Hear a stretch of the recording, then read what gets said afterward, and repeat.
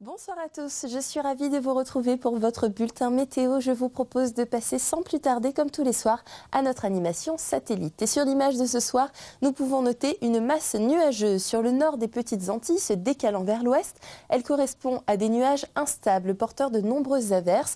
Au sud et sur le proche Atlantique, les nuages sont moins organisés et plus isolés.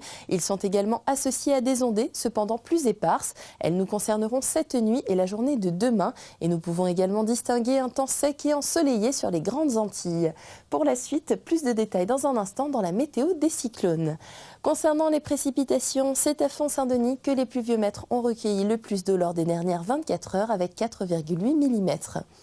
Ce soir et cette nuit, le temps est encore passagèrement nuageux avec des averses devenant moins présentes, notamment côté Caraïbes au fil de la nuit. Les nuages deviennent moins présents en cours de nuit, les ondées restant localisées principalement au relief.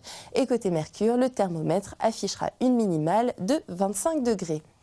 Demain, les nuages prennent le pas sur les éclaircies et les averses, bien que brèves et localisées, concernent l'ensemble de l'île dans la journée. La brise de mer peut apporter des précipitations temporairement plus modérées en Caraïbes. Et côté Mercure, le thermomètre affichera une jolie maximale de 32 degrés. Pour le vent de secteur est, il demeure faible et souffle en moyenne entre 10 et 20 km/h. À noter la mise en place d'une brise de mer sur la côte Caraïbe en journée. La mer, quant à elle, reste peu agitée en Atlantique et Canaux, avec des creux moyens autour de 1,20 m. En Caraïbes, elle est belle au rivage à peu agitée plus au large, avec des creux moyens autour de 80 cm. Pour les heures de nos prochaines marées en baie de Fort-de-France, une pleine mer à observer demain à 8h36 et puis deux basses mers, une cette nuit à 3h01, une autre demain à 12h19. Notre soleil, toujours ponctuel, fera son apparition à 5h50 pour nous quitter à 18h22. Jetons à présent un coup d'œil aux prévisions pour les jours à venir. La semaine se termine avec vendredi des éclaircies bien présentes en matinée. Les nuages gagnent du terrain l'après-midi avec quelques précipitations qui deviennent plus nombreuses en soirée, voire fréquentes la nuit suivante. Le vent et la mer sont sans changement notable. Samedi, pour marquer le début du week-end, un ciel très nuageux. Les ondées sont encore fréquentes en matinée mais sans cumul remarquable. Elles deviennent plus espacées en fin de journée avec de timides éclaircies. Pas d'évolution significative pour le vent et la mer.